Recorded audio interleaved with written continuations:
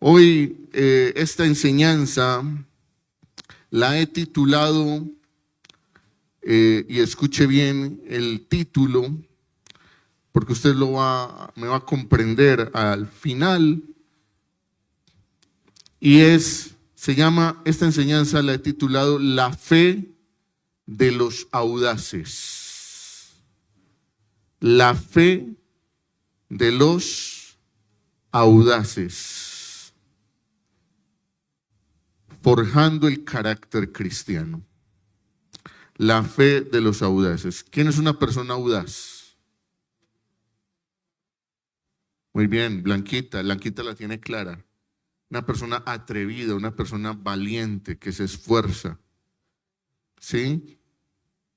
Quiero invitarle a que usted abra su Biblia en Segunda de Timoteo. Segunda carta a Timoteo, capítulo 1, versículo 6 y 7. Repito, segunda carta a Timoteo, capítulo 1, versículo 6 y 7. Dice, lo voy a leer en esta versión. Dice, por lo cual te recuerdo que avives el fuego del don de Dios que hay en ti por la imposición de mis manos. Versículo 7, y donde nos vamos a concentrar. Porque no nos ha dado Dios espíritu de ¿qué? De cobardía, sino de ¿qué? Poder, amor y ¿qué? Y dominio propio. Vamos a volver a repetir ese texto. Y usted lo va a tomar para usted, como si Pablo le estuviera escribiendo esta carta a usted. Entonces, Nelly, Blanca, Flor, Viviana, Yesenia, Lina, Tatiana, porque no nos ha dado Dios espíritu de cobardía, sino de poder, de amor y de dominio propio. ¿Ya usted lo puede recitar de memoria? Dígaselo a la persona que está a su lado, dedíqueselo.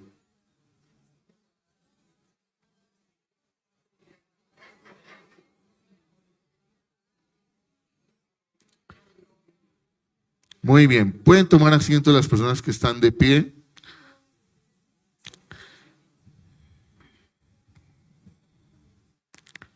Hace casi 2000 años, en una celda fría, lúgubre, una cueva, se escribió este texto que usted acaba de leer.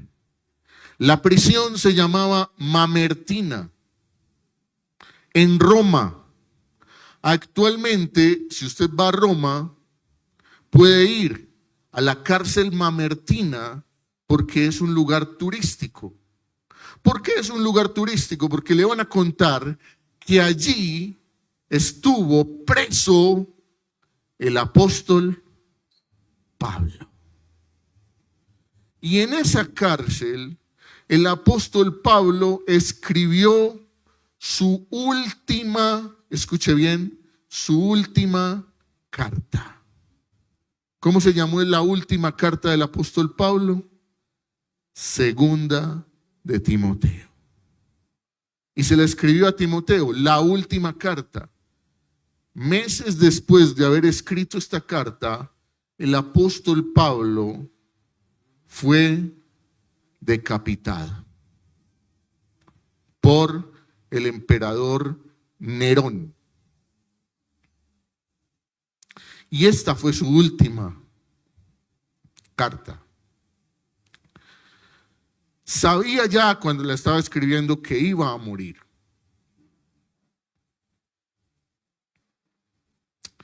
Y le escribe a un joven pastor llamado Timoteo que estaba pastoreando en la iglesia de Éfeso. ¿Dónde estaba pastoreando Timoteo? En Éfeso. Y era joven. Y adivinen qué tenía Timoteo. Miedo. Porque su mentor, Pablo, había sido sentenciado a muerte. Y porque Nerón estaba persiguiendo a todos los cristianos por todo el reino y el imperio romano. Y los estaba mandando a matar.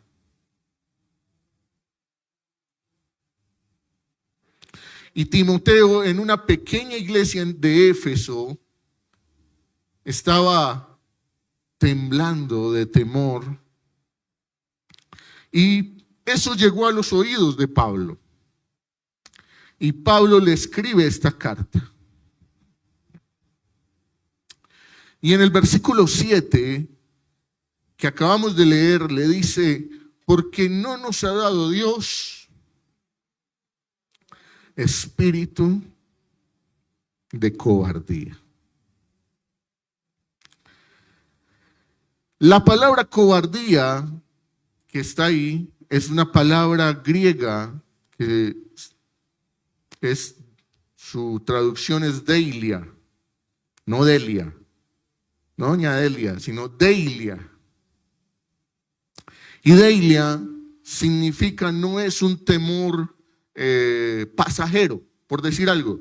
Usted sale a la calle y usted casi lo pisa un carro y usted, ¿cómo le queda el corazón? O usted está en la calle y lo van a atracar. ¿Qué le pasa a su corazón? Ese es un temor. O usted ve una calle oscura y usted le da susto y dice, por aquí mejor no pasemos. Ese es un temor normal que Dios nos ha dado como instinto de conservación y preservación. Pero Deilia no habla de ese temor, de ese miedo que uno puede tener circunstancialmente por algo que está sucediendo en su entorno, por una mala noticia o por una situación difícil. No, esa no es la palabra que está ahí.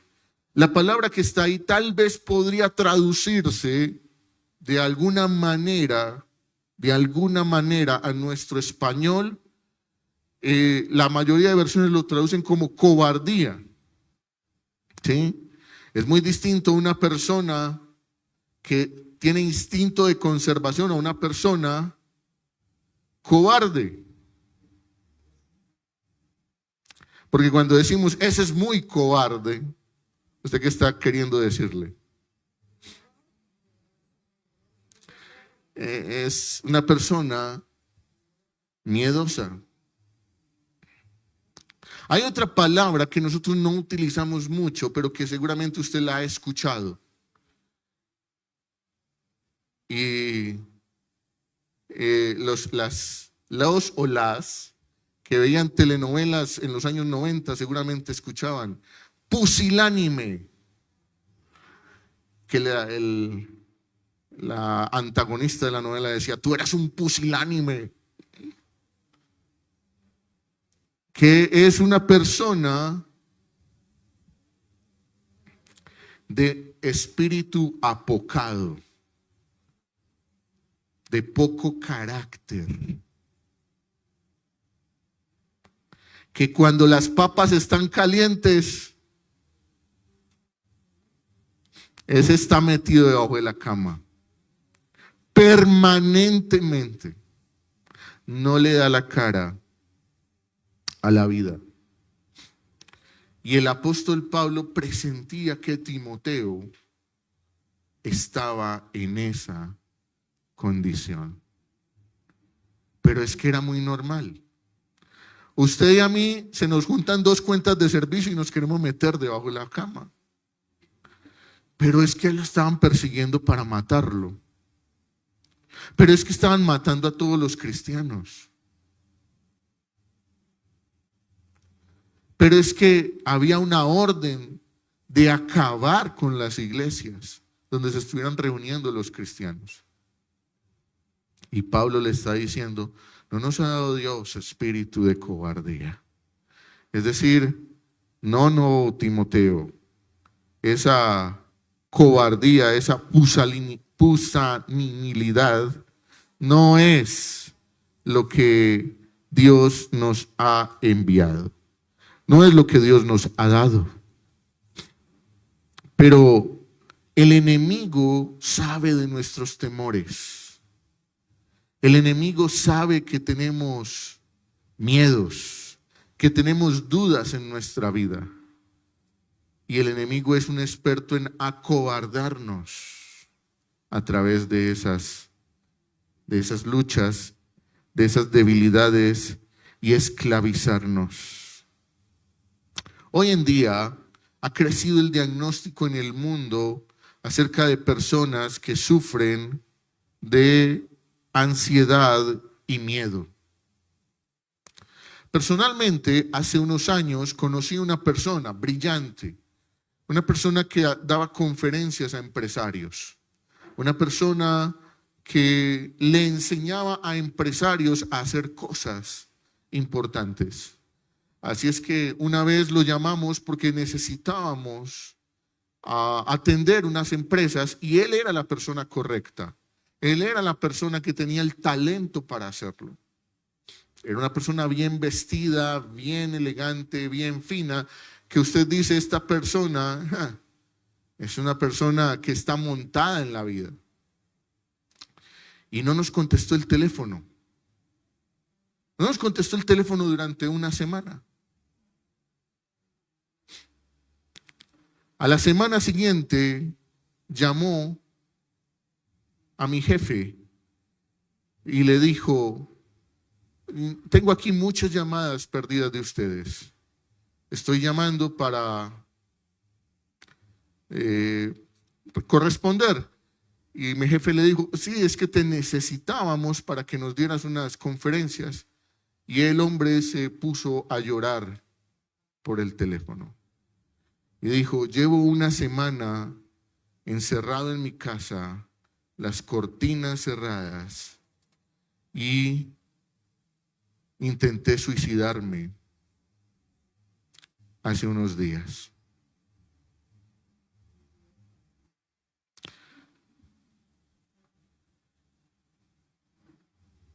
El temor, el miedo, no lo podía describir. Dijo, tengo tanto miedo que no quiero hacer absolutamente nada. Se encerró allá en aquel lugar. El miedo está gobernando a muchas personas, la ansiedad, la depresión,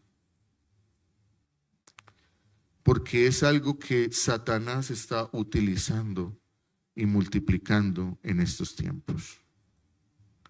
Pablo nos dice, no nos ha dado espíritu de cobardía. Y quiero aclarar que cuando Pablo dice espíritu de cobardía, no es que hay un demonio de cobardía por ahí rondando.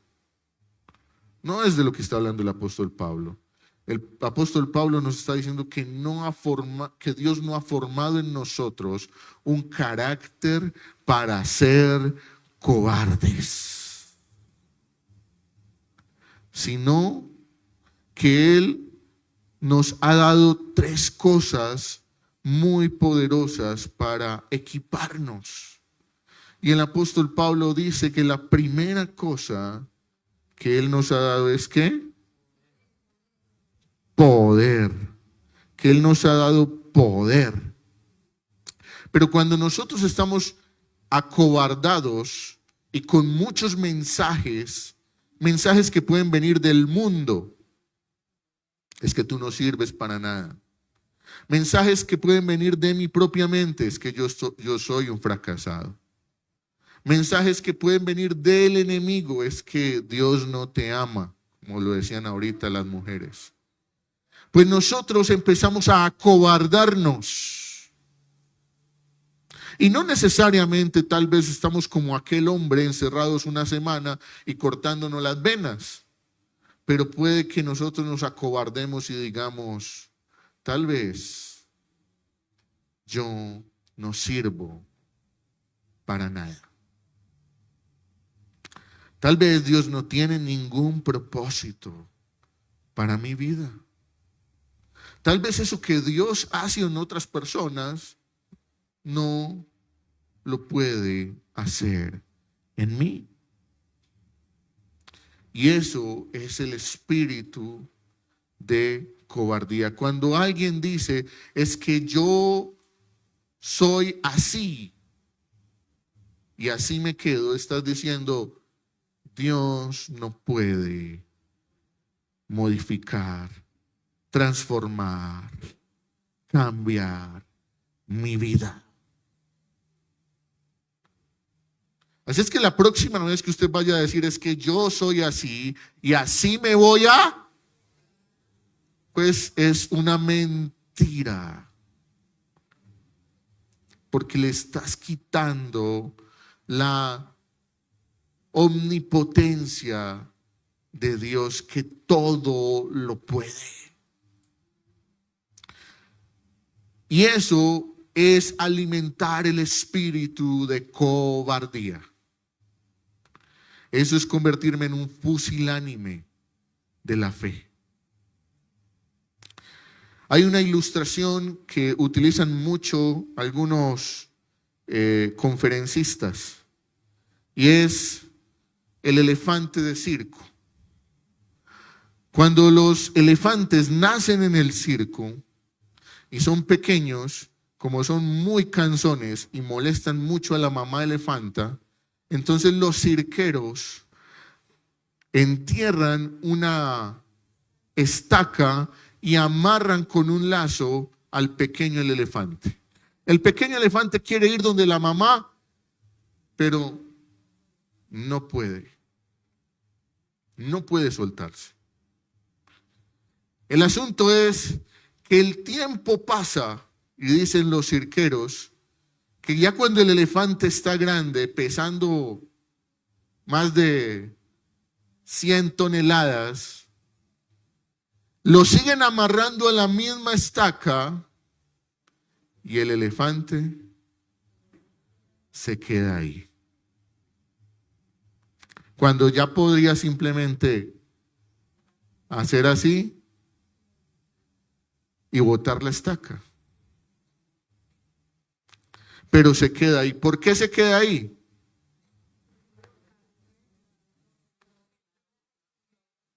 Porque en su pasado alguien puso una información que le dijo, estaca, lazo, te quedas ahí.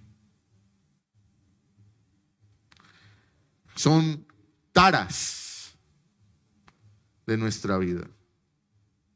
La pregunta es, ¿qué tantas taras podemos tener nosotros en nuestra vida?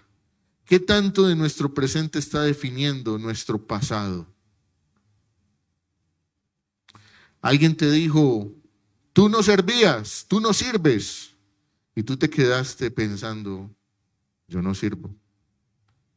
Tú no eres inteligente. Y tal vez te quedaste pensando, ¿verdad? Yo por eso no estudié, porque me dijeron siempre que yo no era inteligente, que eso no era para mí. Es que tú no consigues pareja porque tú eres muy feo.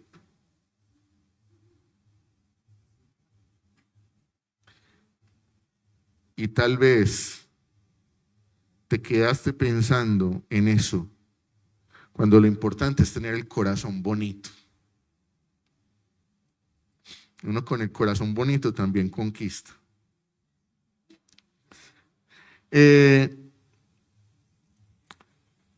Pensamiento. ¿Qué de nosotros nos está haciendo cobardes en la fe? Y cuando hablo de cobardes, si nos vamos al punto de lo que Pablo le quería expresar a Timoteo, era que lo que está sucediendo no te acobarde para seguir avanzando en la fe, para seguir predicando el evangelio, para seguir pastoreando, para seguir ayudando. Y si usted lee la carta, el apóstol Pablo, antes de lo que leímos, le dijo, acuérdate de tu abuela, acuérdate de la fe de ellas, acuérdate que Tú eres lo que eres porque oramos por ti, impusimos las manos y te fue conferido un don de Dios. Y hoy podríamos decirle a usted como iglesia, acuérdese cuando usted dio ese paso y recibió a Cristo en su corazón. Acuérdate cuando te bautizaste, acuérdate cuando servías, acuérdate cuando evangelizabas, acuérdate cuando predicabas, acuérdate cuando ayudaste a aquel que estaba necesitado. Y hoy tal vez no lo haces. Pero también el Señor te puede estar diciendo hoy que no te acobardes para tomar las riendas de tu vida y avanzar en tu vida. Piensa en eso que dejaste empezado. Piensa en ese problema en el hogar que no has querido solucionar, que te le estás haciendo el bobo, la bobita hace rato. Porque en el fondo estás acobardado.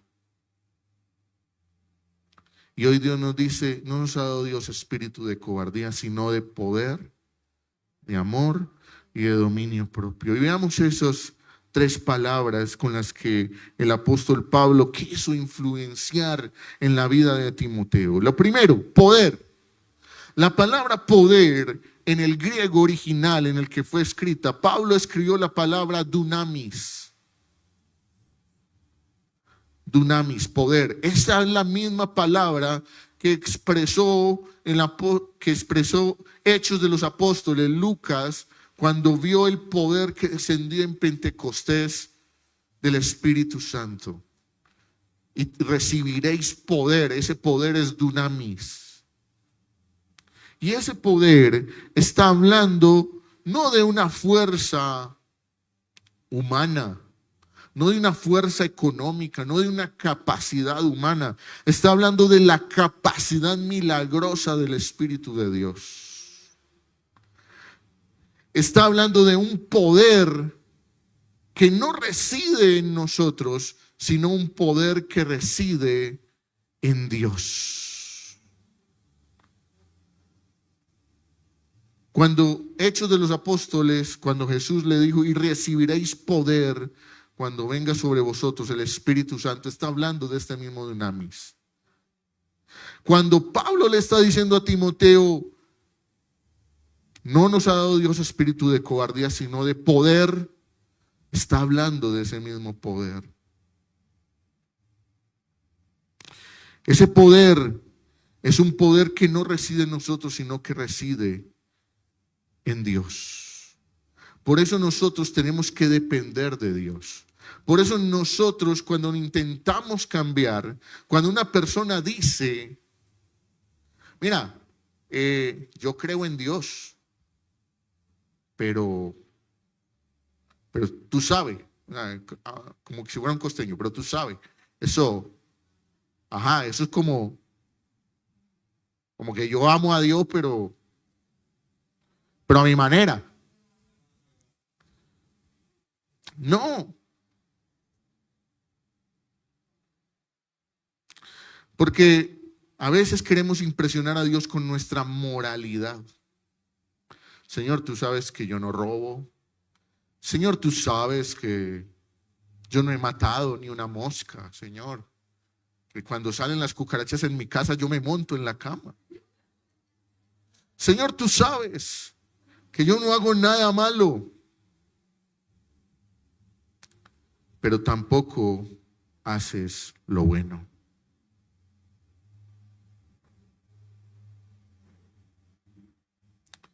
Y Dios no viene por una moralidad. Dios viene por hijos que han entregado su vida a Él, que le han recibido. A los que recibieron, a los que le recibieron, a los que creen en su nombre. A eso les dio potestad de ser hechos hijos de Dios. No, Él no viene por personas buenas. Estás equivocado. Él viene por personas que se han arrepentido en su corazón y que buscan seguir a Cristo todos los días. ¿Qué es eso de seguir a Cristo? Parecerse a Cristo todos los días. hacer lo que haría Cristo en cada situación de su vida. Eso es la imagen y la estatura de la mente de Cristo. Tú tienes carácter cristiano. ¿Cuánto te pareces a Cristo en las decisiones que tomas a diario? Y pellizquese, pregúntese. ¿Tus decisiones son como las tomaría Cristo?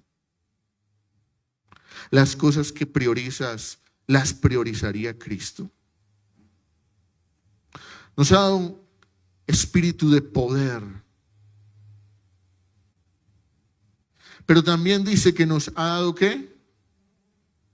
Amor. La palabra amor que está ahí es ágape. Recuerden que en griego hay 3 palabras para amor distintas. Nosotros tenemos una sola palabra. El español es un idioma muy limitado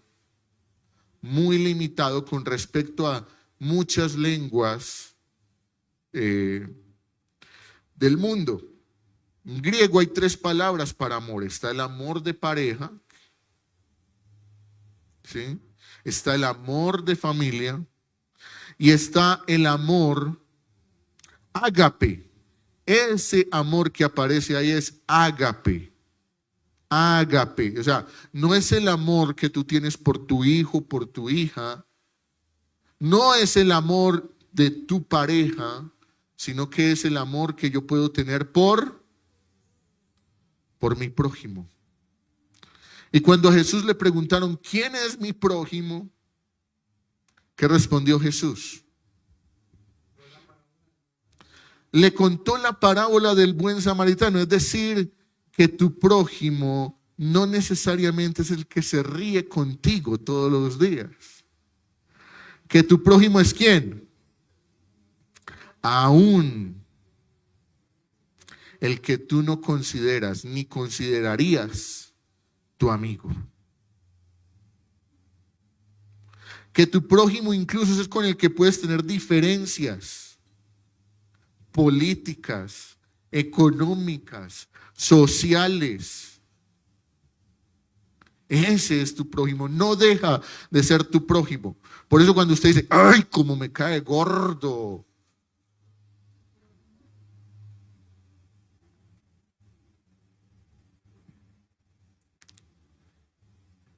En estos días, no, ahorita en el carro, venía José Miguel diciendo, es que, papi, ¿tú de qué team eres? Y yo, ¿cómo así que de qué team?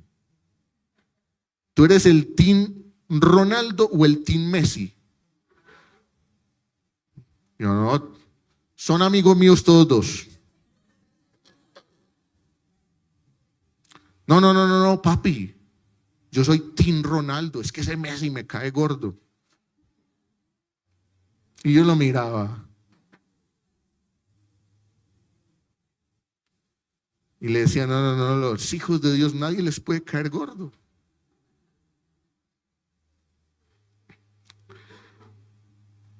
El prójimo es el que está próximo. Está a tu lado ahí sentado, está adelante. Tal vez tú solamente lo ves los domingos. Pero ese es tu prójimo, próximo. Tu vecino que te echa la basura cuando barre, es tu prójimo. Pero es que ese no conoce nada de la Biblia. Es que... Y entonces, ágape. ¿Y sabe por qué nos ha dado Dios el amor ágape? ¿Por qué nos ha equipado con el amor ágape? Porque nosotros no podemos quedarnos en urnas de cristal. Porque necesitamos el roce.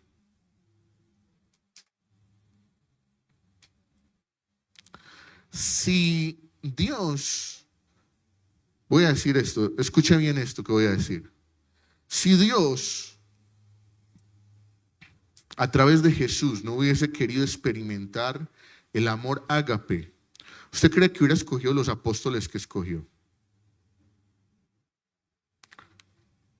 Uno avaro y traicionero. ¿Usted cree que Dios no sabía que él era avaro y traicionero? Judas. Sí. Y lo puso hasta el último día a comer en su plato. Usted sabe que tendría un iracundo que andaba con machete cortando orejas cual torero. Andaría con un Pedro, pescador, poco letrado, que se enojaba, chispita le decían, alegaba.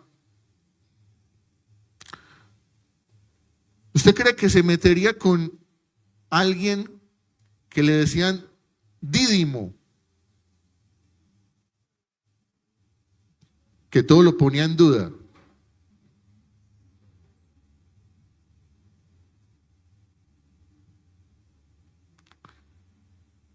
No, seguramente hubiera escogido otras personas. Pero Dios mismo quiso experimentar el ágape, una pequeña iglesia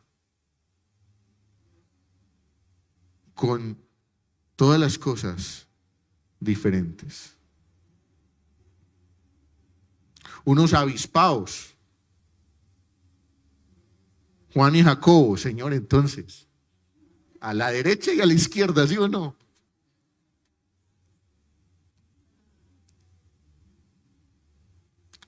De todo eso hay en la iglesia. En la iglesia hay Pedritos y Pedritas. Hay Jacobitos. Y no estoy hablando de Jacobo Ruiz. En la iglesia hay Juditas. En la iglesia hay de todo. Pero el Señor nos ha puesto para que tengamos que, mire, poder, amor, ¿cierto? Ágape. Yo me crié rodeado de carros, de vehículos. Yo monté en muchos carros. No porque fueran míos, sino porque mi papá tenía taller. Y mi papá tenía un taller automotriz y llegaban muchos carros. Yo recuerdo que cuando yo era niño, a mí me gustaban mucho los carros, entonces yo me montaba en los carros que estaban desbaratados en el taller, sin motor, sin puertas, sin muchas cosas, y muchas veces incluso sin sillas. Y yo ponía ahí baldes, me sentaba y empezaba a manejar, y yo mismo simulaba que estaba manejando el carro y movía la palanca, y yo decía, yo quiero tener un carro para ir al mar, para ir a muchas partes. Y recuerdo mucho que llegaban muchos carros dañados al taller, y yo me montaba en todos ellos, y a veces me decían, móntese, móntese, que hay que empujarlo para mover el carro en el taller. Y yo me montaba y yo sentía que, y la gente me empujaba, y yo sentía, bueno, estoy aprendiendo a manejar. Y luego le decía a mi mamá en la casa, préstame una tapa de la olla, y por toda la casa. Y luego moto, entonces cogía el palo de la escoba. Me crié en medio de carros, de muchos vehículos, y aprendí a manejar después, ya cuando fui más adulto, muchos carros, desde buses hasta Fincas, Renault 4, de todo. Pero recuerdo que a ese taller llegó alguna vez un carro viejo, oxidado, opaco, y lo metimos al fondo del taller. Cuando yo revisé ese carro y le pregunté a mi papá, ¿este carro es de quién? No, es una persona que lo trajo, lleva muchos años sin ser usado ese carro, Pero yo empecé a destaparlo, a revisarlo, y yo dije, no puedo creer, este es un Mustang. Este es un carro de colección. Los que saben un poquito de carros, saben que es un carro, pues, espectacular, pero estaba ahí viejo y dañado. Entonces, mi papá dijo, la persona que tiene ese carro no tiene plata. Yo, pero no sabe lo que tiene, es una joya. No, él sí sabía lo que tenía, lo que pasa es que no tenía con qué arreglarlo. Entonces empezamos en el taller a restaurarlo. Entonces lo lijamos, lo limpiamos y empezamos a pintarlo. Rojo, rojo, bien bonito. Es que no hay Mustang verdes. ¿Ha visto un Mustang verde? Rojo, ra, lindo, hermoso. Y la cojinería la empezamos a arreglar. Quedó un carro de feria de flores, o sea, un carro hermoso. Pero tenía un problema. Cuando lo íbamos a... no prendía. El motor estaba fundido. Tuvimos que traer varios mecánicos porque no era fácil, porque no era un sistema muy conocido, a intentar arreglarlo. Y tuvieron que mandar a traer los repuestos. Se demoraron mucho tiempo para traer los repuestos, hasta que el motor lo dejaron. Nuevamente hicimos fiesta en el taller cuando escuchamos el... sonaba con una potencia ese motor. Nosotros lo único que decíamos es, no hay quien aguante echándole gasolina a este carro. Y empezó a sonar, a vibrar, y eso se escuchaba por toda la cuadra. Y todos vinimos, le hicimos fiesta, el Mustang está listo. ¡Vum, vum, vum, vum! Y yo no me voy a quedar con la ganas de montar el Mustang. Y empecé a mover ese Mustang. ¡Vum, vum! Y cuento esta historia porque cuando estaba preparando este mensaje, se me vino a la mente el Mustang. Y pensaba en que muchas personas son como ese Mustang en las iglesias. Pueden llegar oxidadas, menosvaloradas, pero cuando permiten que el Señor haga un proceso de restauración en sus vidas, Dios les levanta y les da una nueva oportunidad de brillar en la vida. Pero pienso que ese Mustang se veía bonito, pintado, pero que no valía si no tenía motor. Ese motor es el poder de Dios. Es el dunamis, es lo que le da potencia a ese carro. ¿Cuántas personas pueden asistir a la iglesia y de carcasa pueden estar bien, pero su motor está desconectado de Dios? No está conectado. Y entonces le pasaba a mí cuando yo era chiquito, que me montaban los carros y tenían que empujarlo. Y a veces pensamos, recurrimos a personas para que traten de empujar nuestro carro. Y está bien.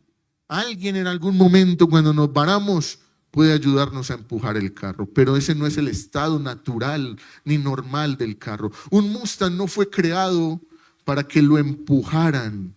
O sea, no es como el carro de los picapiedras. Que yo no sé cómo andaba el carro de los picapiedras. Y hay creyentes que todavía piensan, yo voy a cambiar, pero en mis propias fuerzas. Le voy a decir algo, lo voy a desanimar con eso. Usted no va a cambiar nada en sus propias fuerzas. Usted necesita que Dios ponga el motor en su vida, el poder de Dios, que usted dependa del poder de Dios y que usted pueda encender nuevamente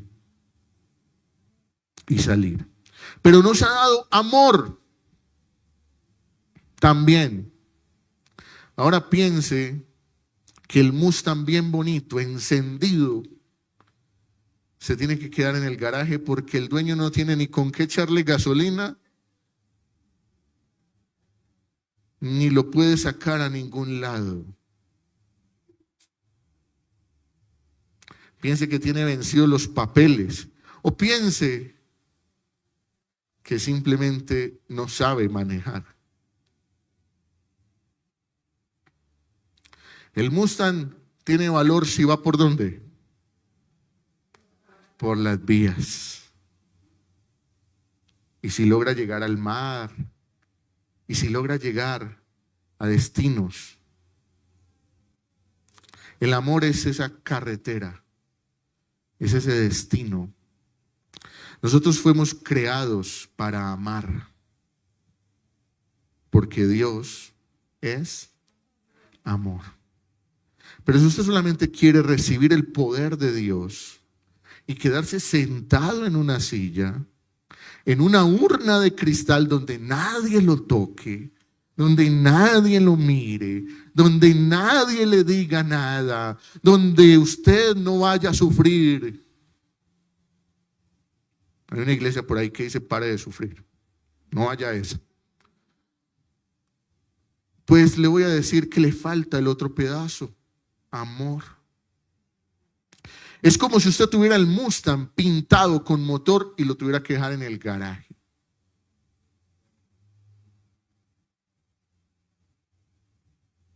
¿Y qué pasa cuando las cosas no se usan? Vuelven y se dañan. Piense que el dueño dijera, yo no quiero sacar el Mustang porque de pronto me lo miran, me lo rayan, me lo chocan. Ese es el amor. A veces hay que sufrir rayones, choques, pero el amor es lo que me da la capacidad de restaurar. Cuando se abre una herida, usted tiene la certeza, si no está enfermo, si no tiene diabetes profunda, de que esa herida va a cicatrizar. ¿Por qué? Porque Dios diseñó el cuerpo humano para que sus células tuvieran la capacidad de regenerarse, de reproducir células nuevas que reemplacen las que se han dañado. Ese es el amor en la iglesia. No es que no se dañe, es que hay que restaurarlo y hay que repararlo. Amén. ¿Sí me estoy haciendo entender? Y lo último con lo que termina el apóstol Pablo, poder, amor, ¿y qué es lo otro? Dominio propio. Dominio propio. Y cuando estamos hablando de dominio propio, hay una palabra también en griego que utilizó el apóstol Pablo. Se llama sopronismos. Sopronismos. Sophornismos.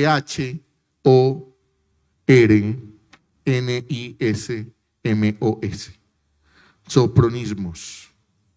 Y este concepto significa o denota una mente sana, capaz de ser disciplinada, equilibrada y con capacidad de autorregularse.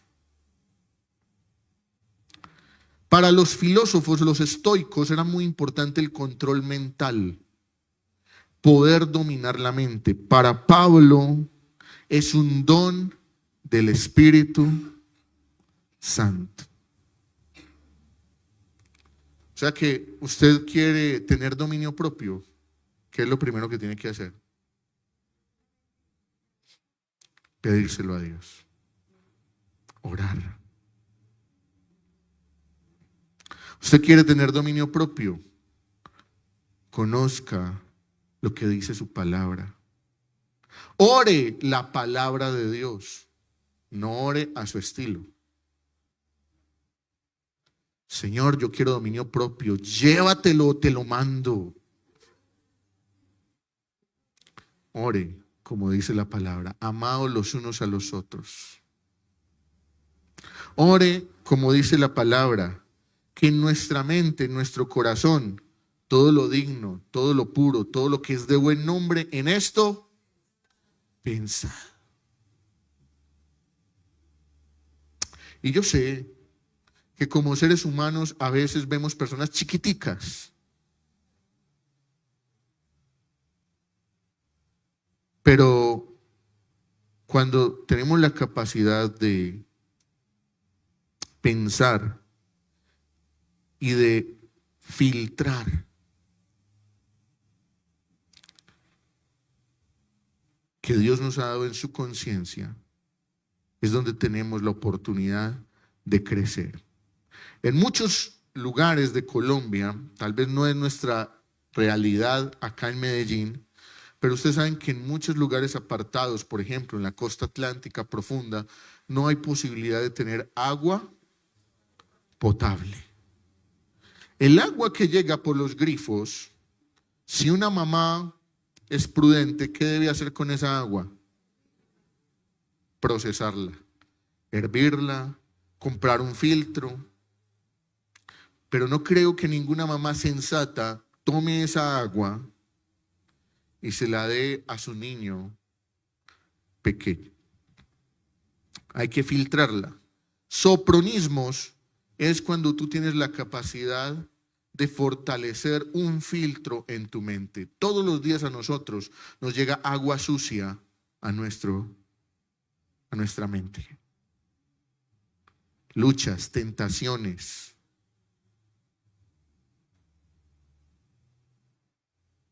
Llegan a nuestra mente todos los días. Todos los días nosotros tenemos que salir a batallar.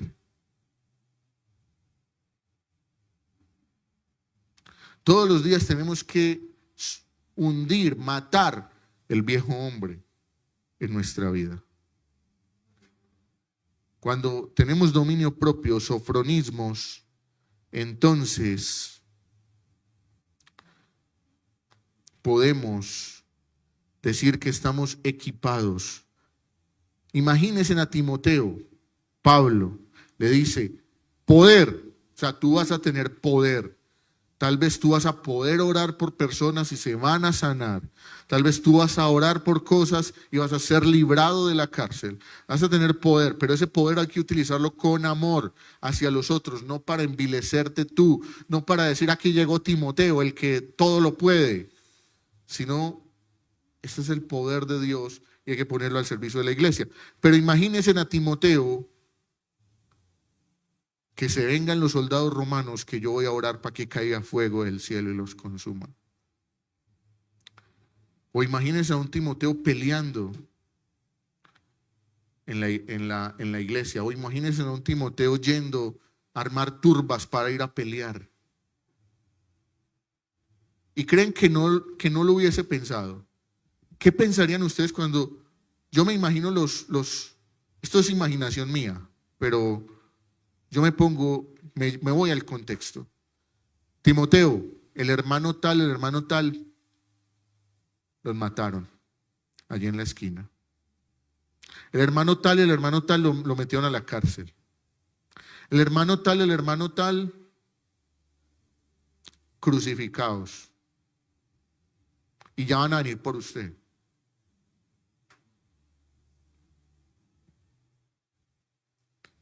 Y Pablo le dice, dominio propio. Imagínese otra vez el Mustang. Motor, pintado, nuevo. Usted se monta y arranca. Y se da cuenta que no tiene frenos.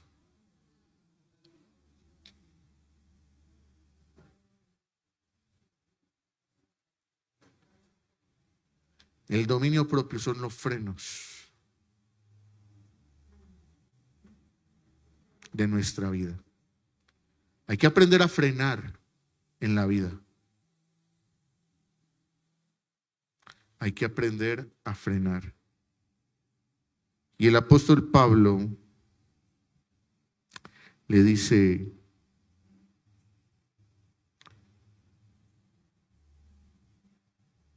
no creas todo lo que te van a decir,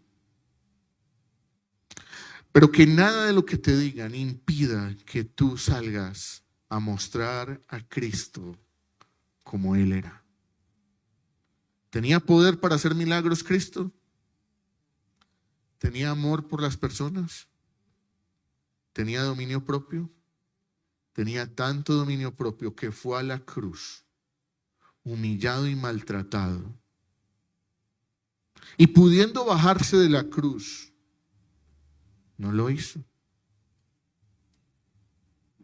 ¿Por qué? Por amor a nosotros. Piense usted si tal vez usted no puede poner en práctica esto que Pablo le dijo a Timoteo. Pablo estaba en una situación, el super Pablo que conocemos, ahora está anciano, en una cárcel húmeda, con un huequito por donde entraba la luz del sol, en una cueva. Y le está escribiendo a Timoteo: no te rindas. Y Timoteo, perseguido, con problemas en la iglesia, con temor, recibe estas palabras para ir adelante. Y tú y yo estamos en la cárcel, estamos abandonados, estamos perseguidos.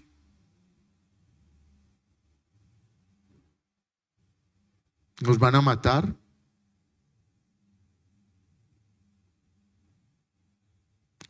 Y a veces pequeños problemas nos acobardan.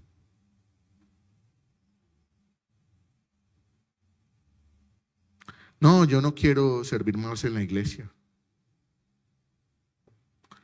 No, yo estoy muy ocupado.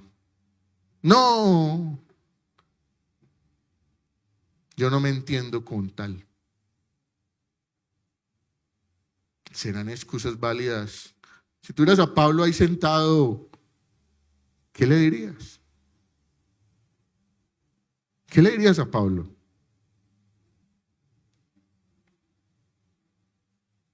¿Qué le podría yo decir a Pablo?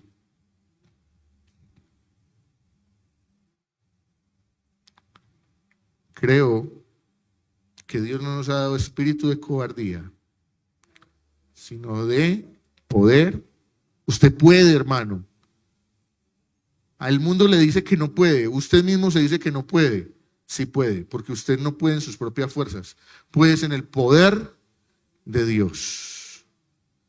Isaías tiene una promesa maravillosa: no temas, porque yo estoy contigo.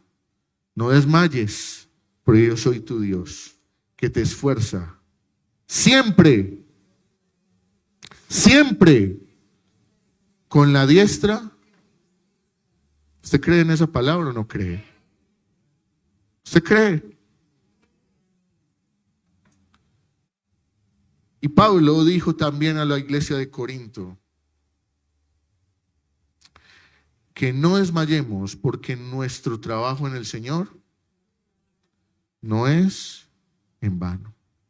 Firmes y adelante.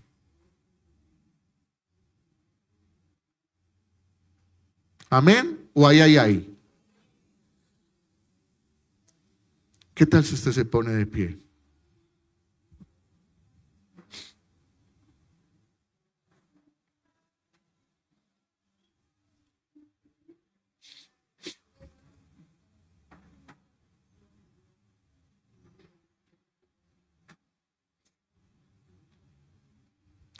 Y yo quiero que usted haga una oración con el Señor ahí. Cierre sus ojos por un momento. Concéntrese un momento con el Señor. Ya vamos a terminar, pero es importante este cierre.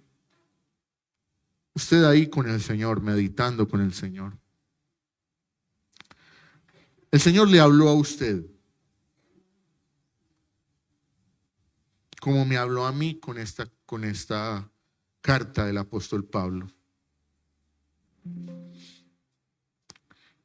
Y yo creo que usted cierre sus ojos y usted se pregunte, ¿en qué está usted como la actitud del elefante? Usted ya creció, ya usted sabe que es hijo de Dios, conoce muchas de las promesas, sabe que el Señor es su pastor, que nada le faltará, que aunque usted ande en valle de sombra de muerte, Él estará con usted, que su vara y su cayado le infundirán aliento. Y tal vez usted sabe más promesas de la Biblia que yo. Usted es el elefante que ya creció. ¿Sigues amarrado a la estaca?